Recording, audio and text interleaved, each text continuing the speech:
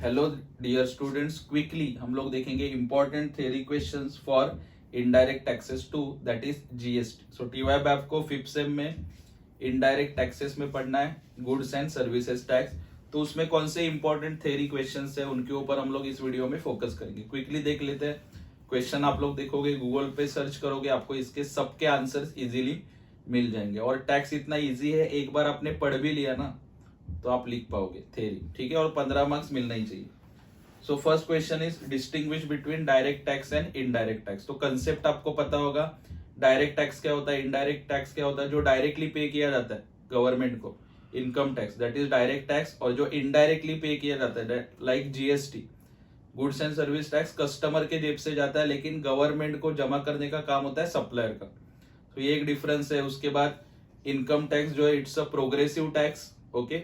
Progressive का मतलब ज्यादा इनकम तो ज्यादा टैक्स। इनडायरेक्ट टैक्स जो it's a regressive tax, regressive का मतलब इनकम कितना भी हो टैक्स उतना ही भरना पड़ता है, ठीक है। सो ऐसे कुछ डिस्टिंग्विश आप गूगल पे सर्च करोगे आपको डेफिनेटली मिल जाएगा। उसके बाद explain the features of goods and service tax. GST का फीचर्स क्या है, ओके। इनडायरेक्ट टैक्स है, वाइड कवरेज है, ये आप लोग लिख सकते हो। आप इसको चोरी नहीं कर सकते, difficult to evade you can write, ठीक है। Applicable everywhere, different tax rates है इसमें, ये सब आप लोग लिख सकते हो।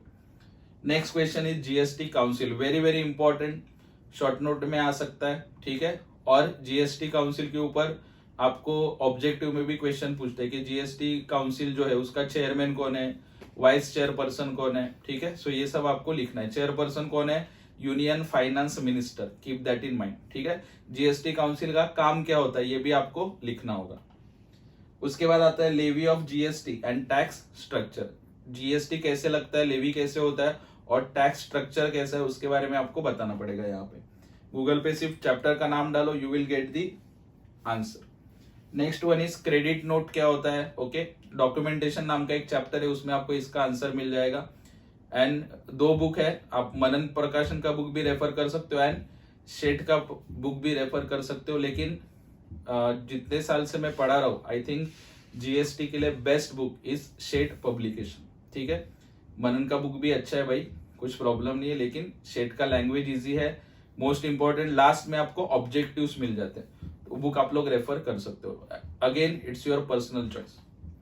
उसके बाद आएगा टैक्स इनवॉइस। इनवॉइस का मतलब क्या होता है, बिल। तो बिल होगा, उसमें क्या क्या लिखा जाएगा, जीएसटी नंबर आएगा, जीएसटी का अमाउंट आएगा, स्पेसिफिकेशन आएगा, ये सब आपको लिखना होगा। इनवॉइस इशू कैसे करेंगे, ओके, वो सब आप लोग मेंशन कर सकते हो। So these are first 6 important questions. Google पे सर्च करो, you will get your answer. उसमें से भी ये बहुत ही इंपॉर्टेंट है, पहला और दूसरा एंड तीसरा, ये आने के मैक्सिमम चांसेस है, कुछ तो आएगा तीनों में से, ओके।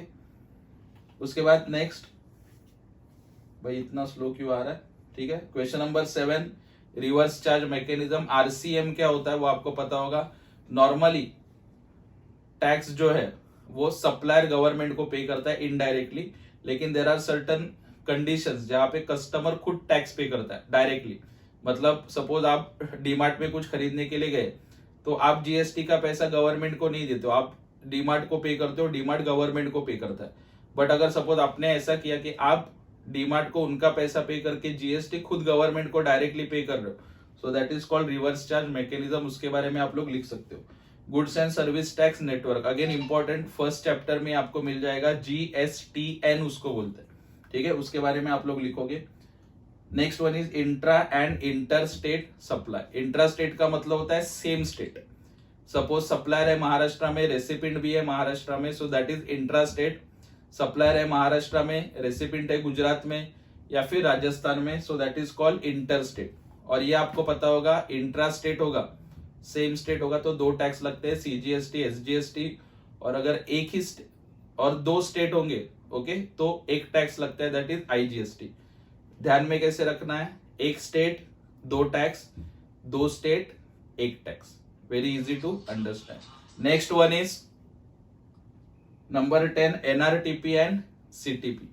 एनआरटीपी का फुल फॉर्म होता है non residential taxable person and CTP का फुल फॉर्म होता है कैजुअल टैक्सेबल पर्सन। गूगल पे डालो, दोनों के बीच में क्या डिफरेंस है वो सर्च करो, you will be able to write answer. Next number 11 is electronic credit ledger. एक क्रेडिट लेजर मेंटेन करना होता है जिसमें आपका बैलेंस दिखता है, ठीक है, वो आप लोग लिख सकते हो। यहाँ पे मेंशन नहीं है लेकिन और एक पढ़ के जाना, इनपुट टैक्स क्रेडिट क्या होता है, you will come to know. Easy है, output tax minus input tax, you will get input tax credit. थोड़ा सा गूगल पे सर्च करो। और एक क्वेश्चन है यहाँ पे मेंशन नहीं है, कंपोजिशन लेवी। ओके, सो जिनका टर्नओवर कम होता है उनको एक स्पेशल एडवांटेज मिलता है कंपोजिशन लेवी का, उसका भी थोड़ा सा पढ़ के जाना। अदरवाइज ये 11 क्वेश्चन करोगे, it will be more than enough. 11 में से 2-3 तो श्योर शॉट आएगा, you will be able to write, ठीक है। अगेन लॉन्ग आंसर अटेम्प्ट करना है या शॉर्ट नोट अटेम्प्ट करना है, it is your personal thought. So जो भी क्वेश्चन जरूरी थे आपको एक्सप्लेन करना वो मैंने कर दिए यहाँ पे।